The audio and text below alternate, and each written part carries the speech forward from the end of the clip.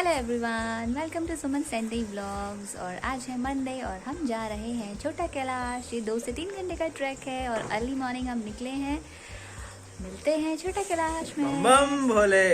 बम बम भोले। और ये फूल तोड़ रहे हैं हम मंदिर में चढ़ाने के लिए। ठीक है तो हाँ।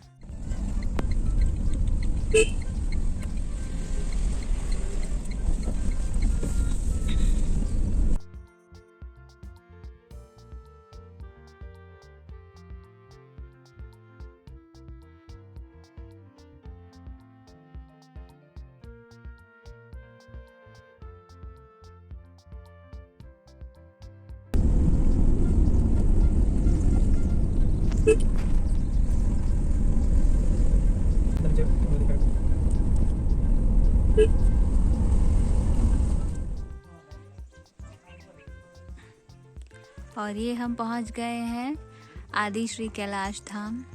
और यहाँ से ट्रैक है 2 से 3 घंटे का। चलते हैं। ये ले ले 3 और ये सब रखा है यहाँ।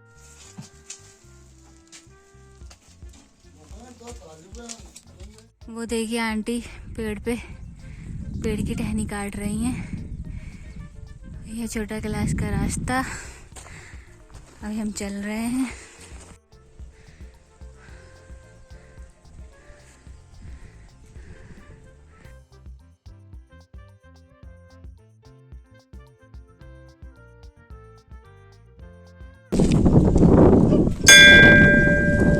और ये हम छोटा कैलाश के द्वार में पहुंच गए हैं और यहाँ से हमारी यात्रा शुरू होती है।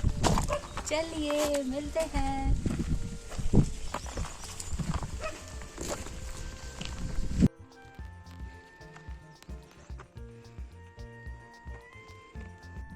और अभी हमने यहाँ पे रेस्ट लिया है। हम चलते चलते थोड़ा थक गए थे। थोड़ा सा 2-3 मिनट का रेस्ट लेने के बाद हम चलेंगे आगे। और ये देखिए मेरे पीछे वादियाँ।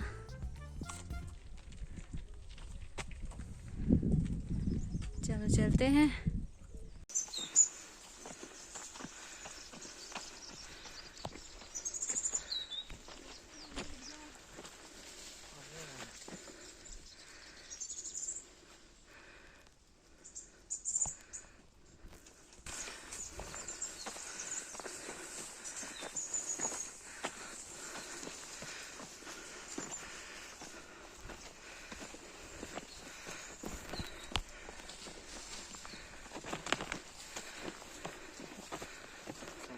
नीचे पत्थर है।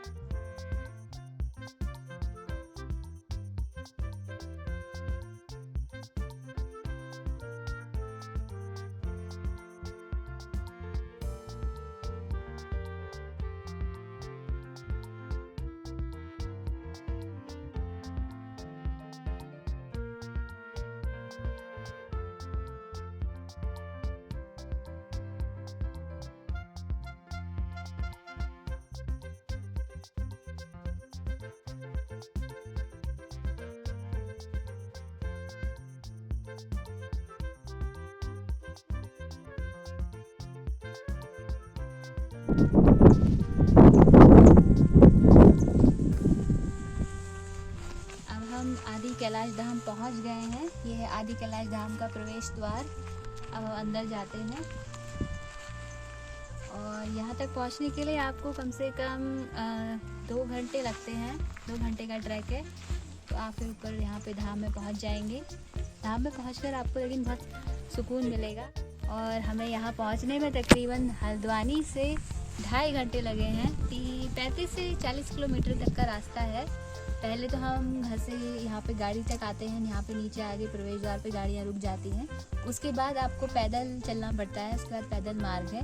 तकरीबन 2 घंटे का ट्रैक है। अगर आप जितनी जल्दी हो सके कोशिश करिए कि सुबह निकलें, क्योंकि दिन में धूप हो जाती है तो फिर चलना मुश्किल हो जाएगा।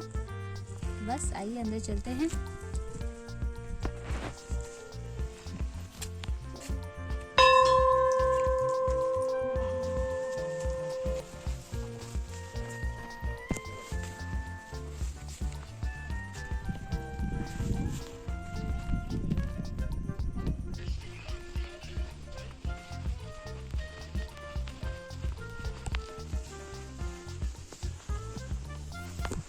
और ये है आदि कैलाश भोलेनाथ।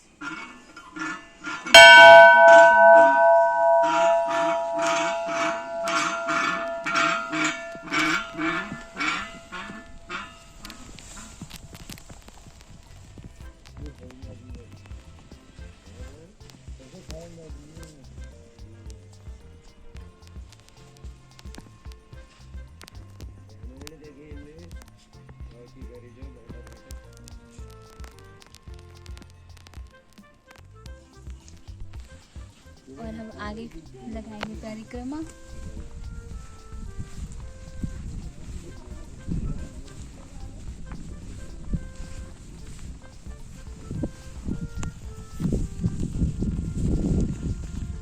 यहाँ बहुत ही शांति मिल रही है, बहुत ही सुकून मिल रहा है। ये हल्द्वानी से बाहर अगर कोई आने की इच्छा रखता है, छोटा कैलाश, आइए। यहाँ आपको थोड़ा सा चलना पड़ेगा, लेकिन एक बार जब आप यहाँ पहुँच जाएंगे तो आपको बहुत अच्छा लगेगा। यहाँ का जो पहाड़ है, वातावरण है और जो हवा है, कि हवा में भक्ति की खुशबू है। बहुत ही अच्छा लग रहा है आके। मन कर रहा है कि यहाँ से जाए ही ना, मन कर रहा है कि ऐसे ही बैठे रहो यहाँ पे बस, और शांति से यहाँ पे आराम थोड़ी देर किया जाए, बैठा जाए।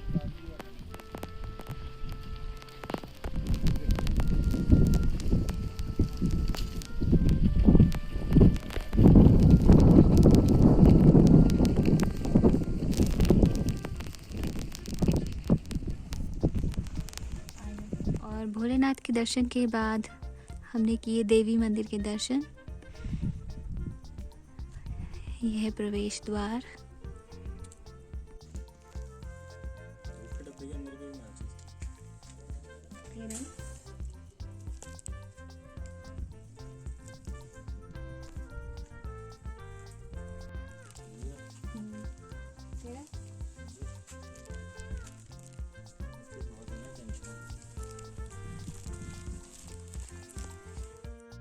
देवी माता के दर्शन हमने कर लिए हैं। दर्शन करके हमें बहुत ही शांति और सुकून मिल रहा है। ये देखिए पीछे छोटा देवी माँ का प्राचीन मंदिर है, आदिशक्ति। और यहीं पे सामने आश्रम भी है। अब हम आश्रम की तरफ जा रहे हैं। ये है आश्रम का द्वार।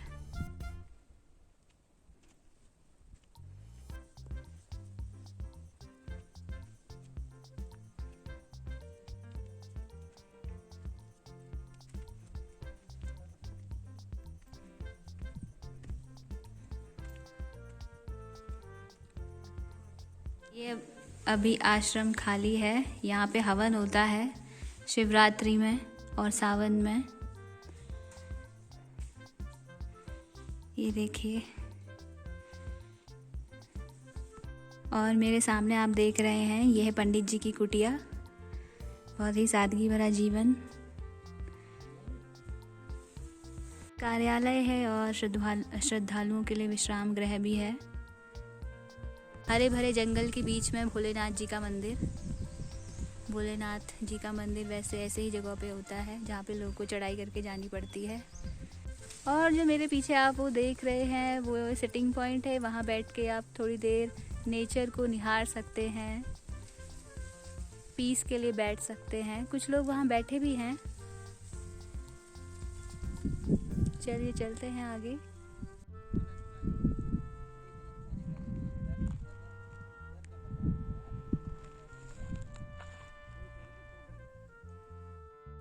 चलिए चलते हैं, मंदिर के बारे में कुछ जानकारी लेते हैं, पुजारी जी से बातें करते हैं, मंदिर का महत्व, मंदिर कितना पुराना है, यहाँ की जो मान्यताएं हैं। चलिए। मंदिर आज का नहीं है, ये सतयुग का। सतयुग का। सतयुग का ये जैसे छोटा कैलाश बोलते हैं, छोटा कैलाश नहीं हुआ, आदित्य कैलाश हुआ। अच्छा। इस मंदिर का कोई आदि अंत ही नहीं है। और आदि तो यहाँ पर नींद हुआ हैड़ा खान विश्वधाम। हैड़ा खान विश्वधाम, अगर आप यहाँ से जाओगे वो विश्राम गृह पर, वहाँ से सीधे दिख जाएगा। अच्छा। हैड़ा खान विश्वधाम में एक ब्रह्मचारी महाराज थे, वो मीन भक्त थे भोलेनाथ जी के। उन्हें दर्शन देने भोलेनाथ जी मानसरोवर से स्वतः ही पहुँच गए वहाँ। उन्हें दर्शन दिए। हैड़ा खान में एक गुफा है, गुफा के भीतर को भगवान चले गए तो फिर ब्रह्मचारी महाराज को दिखेगी। तब ब्रह्मचारी महाराज को बड़ा दुख हुआ कि भगवान भोलेनाथ जी वहाँ से तो दर्शन देने आए, अब गए कहाँ को। इधर को मोह था कहीं मैं भी चलूँ अब इनके पीछे पीछे, तो मोह तो इधर ही को था कहीं ऊंचे पर्वतों में गए होंगे। कौन से पर्वत में गए होंगे, कहीं पे मिल ही जाएंगे।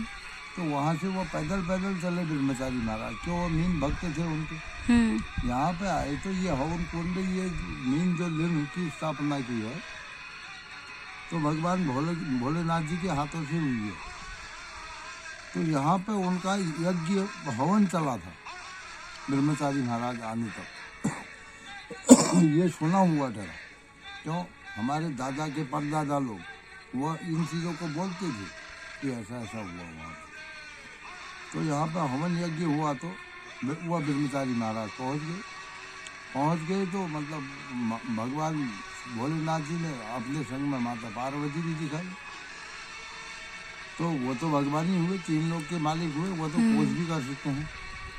तो उसके बाद एक ही रात रुके यहाँ पे। वो जो शिवरात्रि को मेला होता है वही दिन हुआ जिस दिन उन्होंने यहाँ पे अपना स्थान बनाया था। शिव 14 के ही दिन दर्शन देने के बाद ब्रह्मचारी महाराज जी को, उसके बाद वो इधर आ गए थे हवन करने।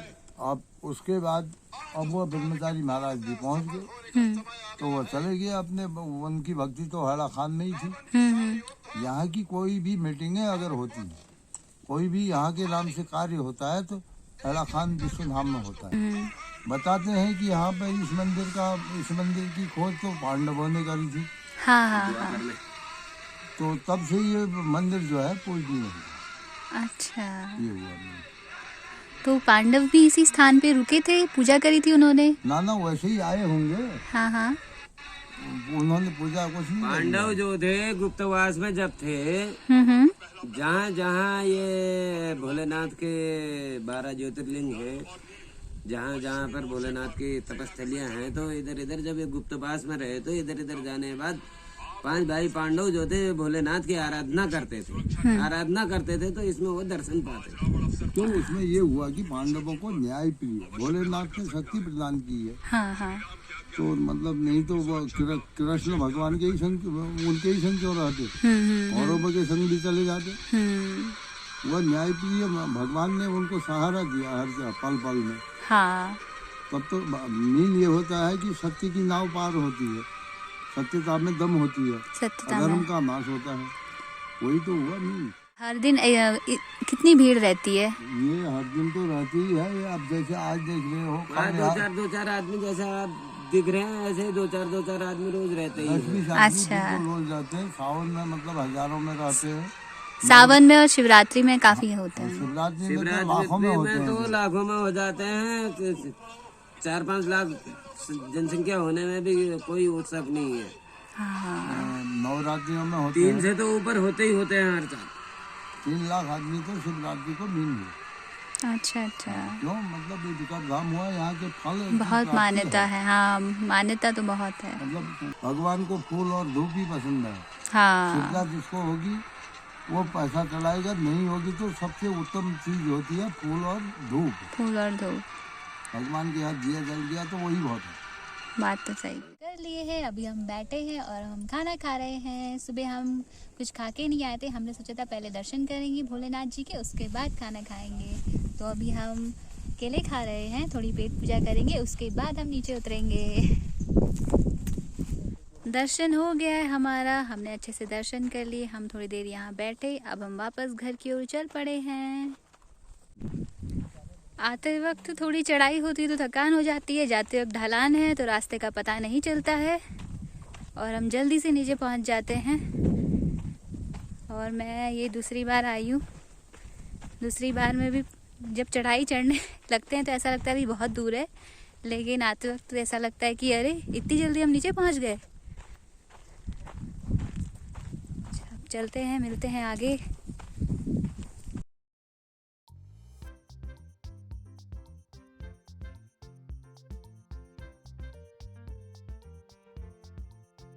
और ये देखिए मेरे पीछे वादियाँ कितनी अच्छी लग रही है, वो नदी।